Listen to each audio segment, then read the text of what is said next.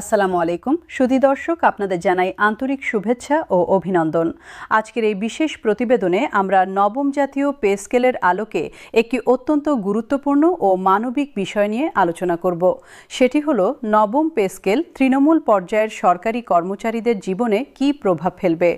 Pay স্কেলের আলোচনা যখন হয় তখন প্রায় উচ্চপদস্থ কর্মকর্তা ও নীতি নির্ধারকদের কথাই বেশি উঠে আসে, কিন্তু বাংলাদেশের সরকারি প্রশাসনের মূল ভিত্তি হল তৃণমূল পর্যায়ের কর্মচারীরা, যারা ইউনিয়ন পরিষদ থেকে উপজেলা পর্যন্ত সরকারের প্রতিনিধি হিসেবে সাধারণ মানুষের দোরগোড়ায় সেবা পৌঁছে দেন।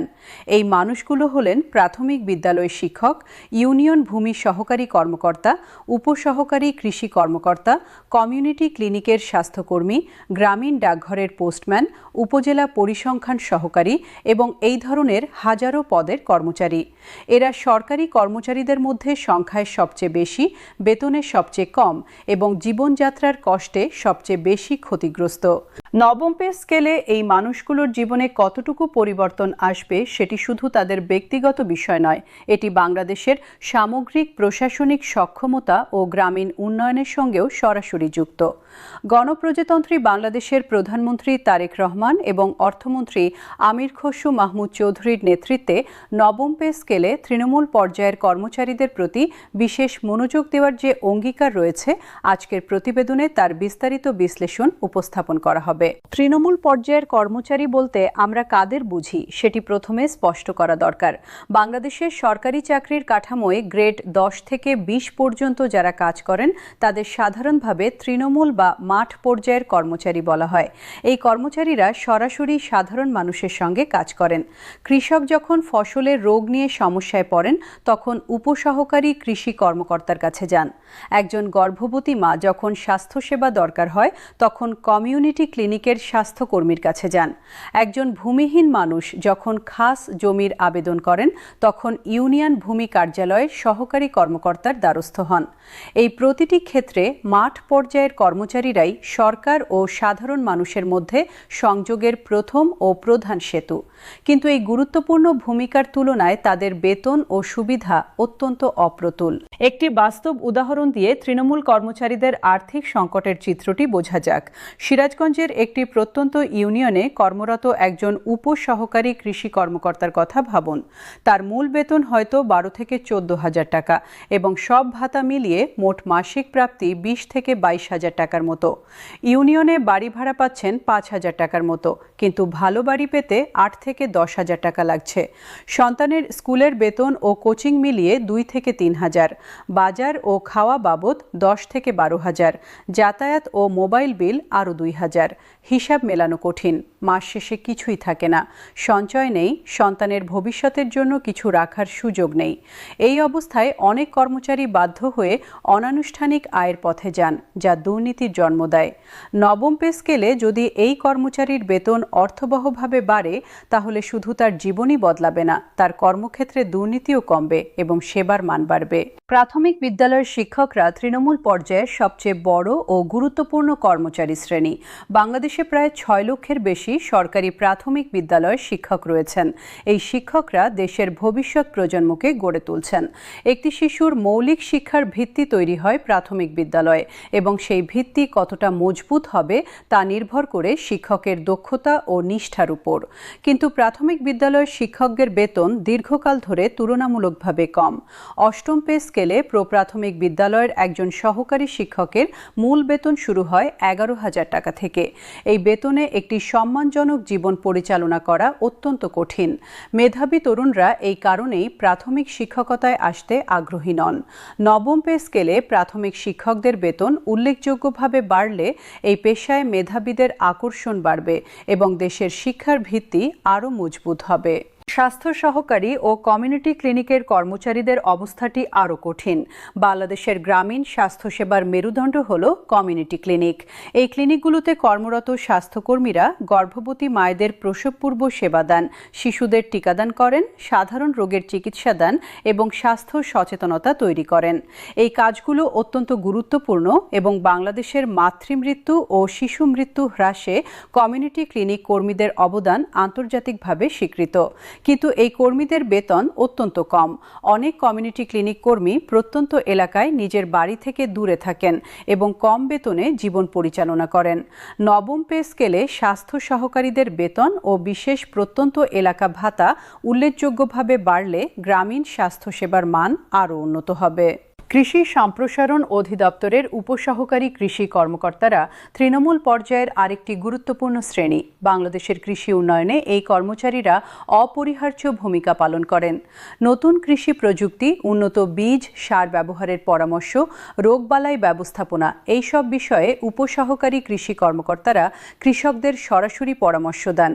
বাংলাদেশে খাদ্য নিরাপত্তা নিশ্চিত করতে যে কৃষি বিপ্লব ঘটেছে তার পেছনে এই মাঠ পর্যায়ের কর্মচারী অক্লান্ত পরিশ্রম রয়েছে, কিন্তু তাদের বেতন ও সুবিধা এই অবদানের তুলনায় অপর্যাপ্ত। গ্রামে বাসস্থান ও যাতায়াতের সমস্যা, দুর্বল মোবাইল নেটওয়ার্ক ও ইন্টারনেট সংযোগ এবং উপকরণের অভাব এইসব মিলিয়ে একজন উপসহকারী কৃষি কর্মকর্তার পেশাগত জীবন অত্যন্ত কঠিন।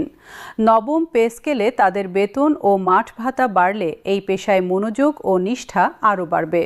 ভূমি সহকারী কর্মকর্তারা তৃণমূল পর্যায়ের সেবায় একটি বিশেষ অবস্থানে আছেন। বাংলাদেশে ভূমি সংক্রান্ত বিরোধ একটি অত্যন্ত সংবেদনশীল ও গুরুত্বপূর্ণ বিষয়। ইউনিয়ন ভূমি সহকারী কর্মকর্তারা খাজনা আদায়, রেকর্ড সংশোধন ও ভূমি সংক্রান্ত সাধারণ সমস্যার প্রাথমিক নিষ্পত্তিতে সহায়তা করেন। সাধারণ মানুষ ভূমি অফিসে গিয়ে সবার আগে এই কর্মচারীদের কাছেই যান। এই পদে যারা কাজ করেন তারা প্রায় কম বেতনের কারণে অনানুষ্ঠানিক আয়ের প্রলোভনে পড়েন।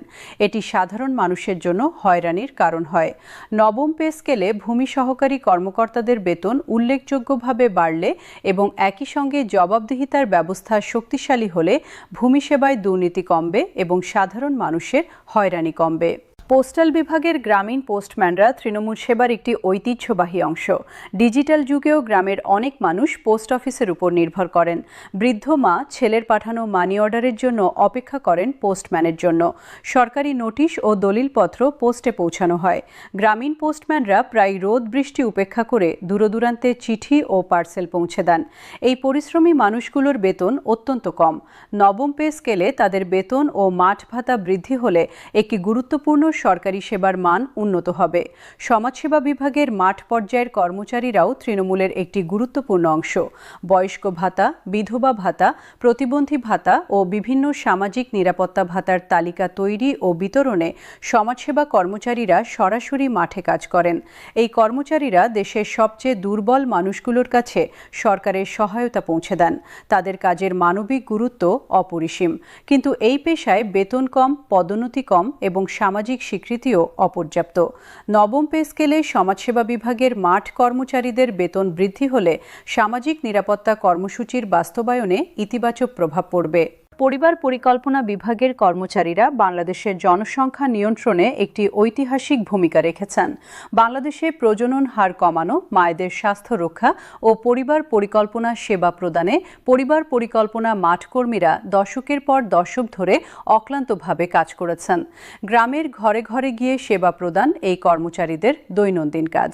এই কাজে শারীরিক পরিশ্রম ও সামাজিক চাপ উভয় বেশি, কিন্তু বেতন তুলনামূলকভাবে কম। নবম পে স্কেলে পরিবার পরিকল্পনা কর্মীদের বেতন ও ভাতা বৃদ্ধি পেলে এই গুরুত্বপূর্ণ সেবার ধারাবাহিকতা ও মান বজায় থাকবে। বন বিভাগ, মৎস্য বিভাগ ও পশু সম্পদ বিভাগের মাঠ পর্যায়ের কর্মচারীরাও তৃণমূল সেবার একটি অপরিহার্য অংশ। বন রক্ষা, মাছ চাষের সহায়তা ও গবাদি পশুর চিকিৎসায় এই বিভাগগুলোর মাঠকর্মীরা গুরুত্বপূর্ণ ভূমিকা রাখেন। বনের ভেতরে বা নদীর তীরে কাজ করা এই কর্মচারীরা প্রায় কঠিন পরিবেশে কাজ করেন। বন পাহারাদাররা রাত দিন বনের নিরাপত্তা নিশ্চিত করেন। মৎস্য কর্মচারীরা জেলেদের আধুনিক মৎস্য চাষের পরামর্শ দেন। পশু চিকিৎসার সহকারীরা গ্রামে গ্রামে গিয়ে গবাদি পশুর চিকিৎসা করেন। এই কর্মচারীদের বেতন বৃদ্ধি হলে বাংলাদেশের প্রাকৃতিক সম্পদ ব্যবস্থাপনা ও গ্রামীণ অর্থনীতিতে একটি ইতিবাচক প্রভাব পড়বে। তৃণমূল পর্যায়ের কর্মচারীদের মনোবলের প্রশ্নটি নবম পে স্কেলের আলোচনায় অত্যন্ত গুরুত্বপূর্ণ। একজন কর্মচারী যখন মাসের শেষে বেতন পেয়ে বাড়ি ভাড়া, সন্তানের পড়ার খরচ ও বাজার করতে পারেন না, তখন তার মনোবল ভেঙে পড়ে। তিনি কাজে নিষ্ঠা হারান, উদ্ভাবনী চিন্তা করতে পারেন না এবং সেবাগ্রহীতার প্রতি যত্নশীল থাকতে পারেন না। এই মনোবল হ্রাসের সরাসরি শিকার হন সাধারণ মানুষ, যারা এই কর্মচারীদের কাছ থেকে সেবা নিতে আসেন।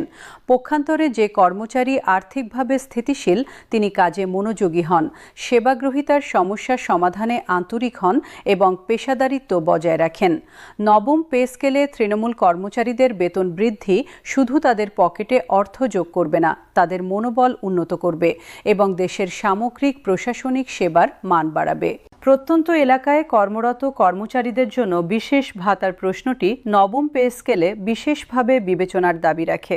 একজন কর্মচারী যখন পার্বত্য চট্টগ্রামের দুর্গম পাহাড়ি এলাকায় বা সুন্দরবনের কাছে প্রত্যন্ত উপজেলায় পোস্টিং পান, তখন তার জীবনযাত্রার ব্যয় অনেক বেশি হয়।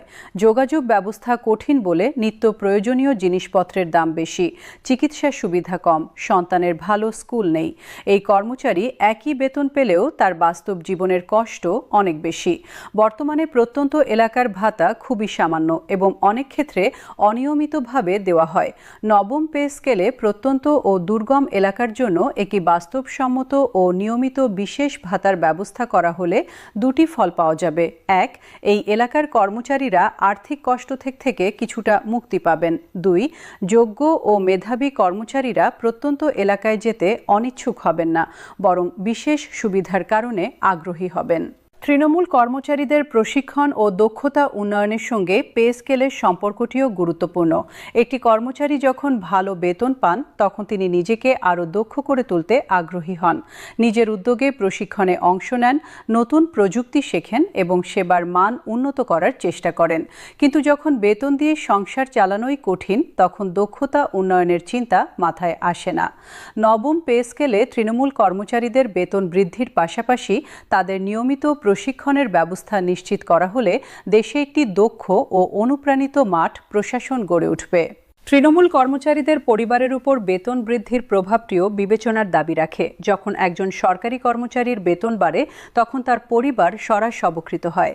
সন্তানকে ভালো স্কুলেশা করানো সম্ভব হয়, বাড়ির উন্নতি করা সম্ভব হয়। গ্রামের অর্থনীতিতেও একটি ইতিবাচক প্রভাব পড়ে, কারণ কর্মচারীর বাড়তি আয় স্থানীয় বাজারে ব্যয় হয় এবং স্থানীয় ব্যবসায়ীরা উপকৃত হন। বাংলাদেশের প্রতিটি উপজেলায় কয়েকশো তৃণমূল সরকারি কর্মচারী আছেন। তাদের সবার বেতন বাড়লে সেই উপজেলার স্থানীয় অর্থনীতিতে একটি গুণক প্রভাব পড়বে এবং গ্রামীণ অর্থনীতি চাঙ্গা হবে। গণপ্রজাতন্ত্রী বাংলাদেশের প্রধানমন্ত্রী তারেক রহমান তৃণমূল পর্যায়ের কর্মচারীদের প্রতি বিশেষ সহানুভূতি ও দায়িত্ববোধ প্রকাশ করেছেন।